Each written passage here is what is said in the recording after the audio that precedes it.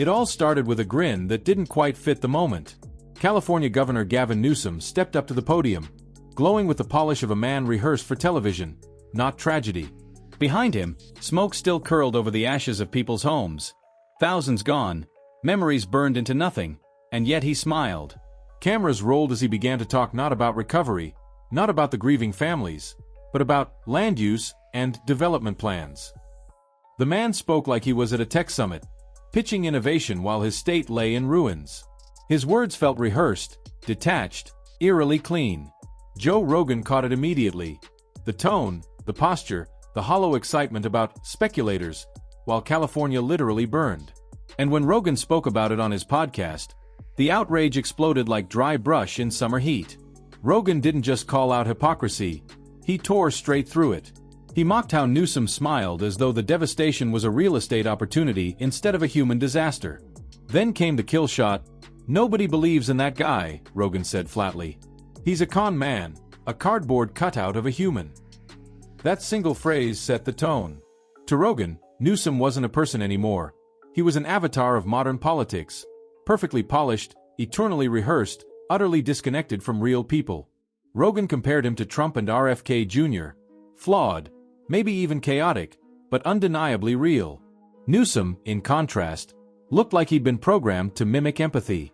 And the more he talked, the clearer it became that the program was failing.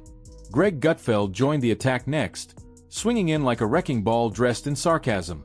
His monologue on Fox ripped through the California dream one joke at a time, exposing it as a mirage built on slogans.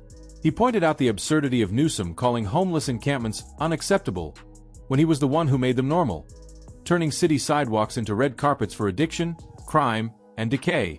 Gutfeld's punchlines hit harder than any policy critique. "Now he's banning the camps," he mocked, "like putting on a condom as you're leaving a whorehouse." The audience erupted. Underneath the humor, though, was something darker, a truth California's leadership couldn't laugh away. The Golden State wasn't golden anymore. And while Gutfeld joked, Rogan dug in with the precision of a scalpel. He reminded listeners how California's fire insurance industry had fled the state because of poor management, how residents were left stranded without coverage while officials blamed climate change. He talked about how power grids failed during heat waves, how electric car owners were told not to charge during peak hours, and how green energy policies had become more about virtue signaling than actual results. Rogan wasn't exaggerating. He was pointing at a state so obsessed with performance that it forgot how to function. Every word dripped with frustration, the kind that only comes from watching something beautiful rot under its own arrogance.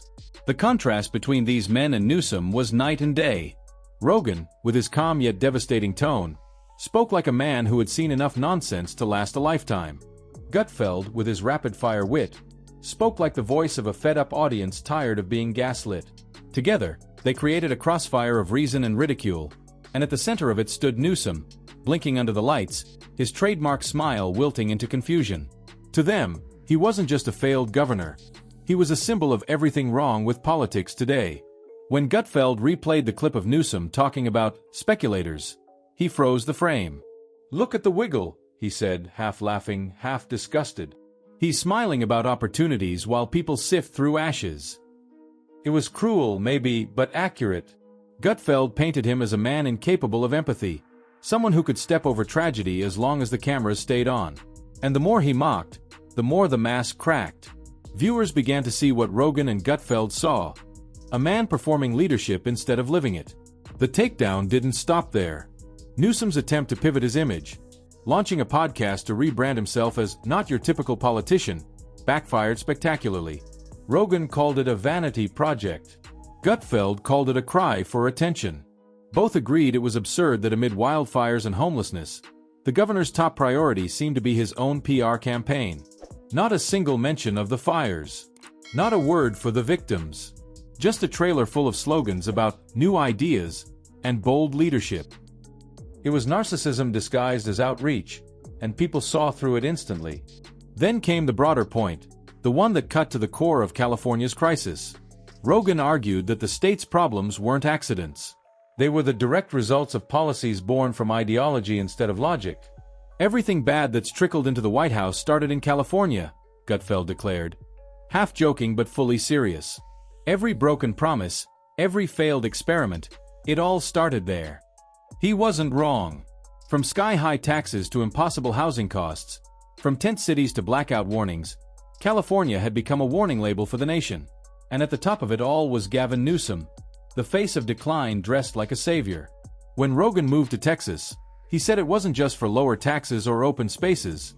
It was for freedom. California had become a place where rules multiplied but logic disappeared, where bureaucrats thrived but businesses fled. He described it as an ecosystem built to reward virtue signaling over results. And as he said it, millions nodded.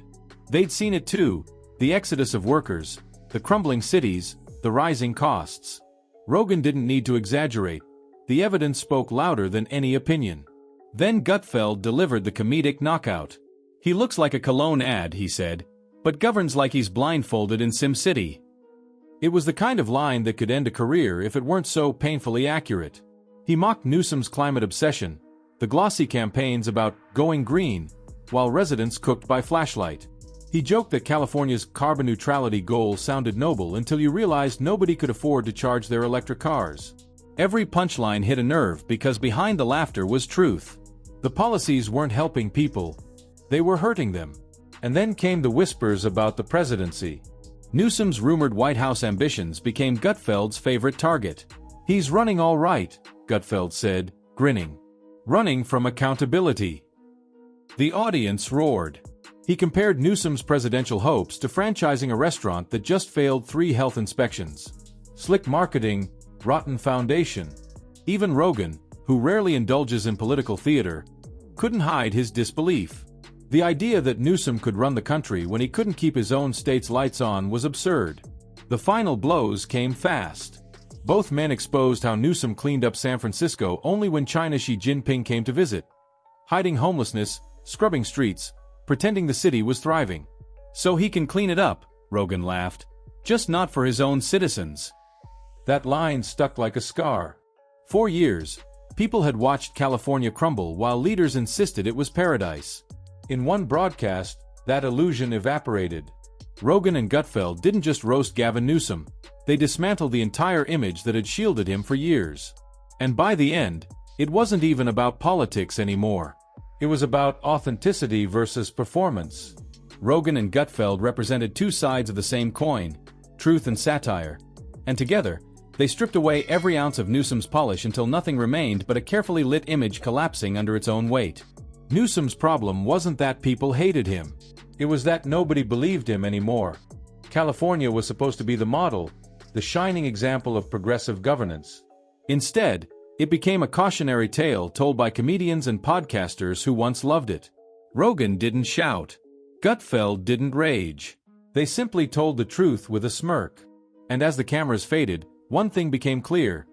Gavin Newsom might have the perfect hair, the practiced grin, and the expensive suit, but he's running out of mirrors to convince himself it's still working.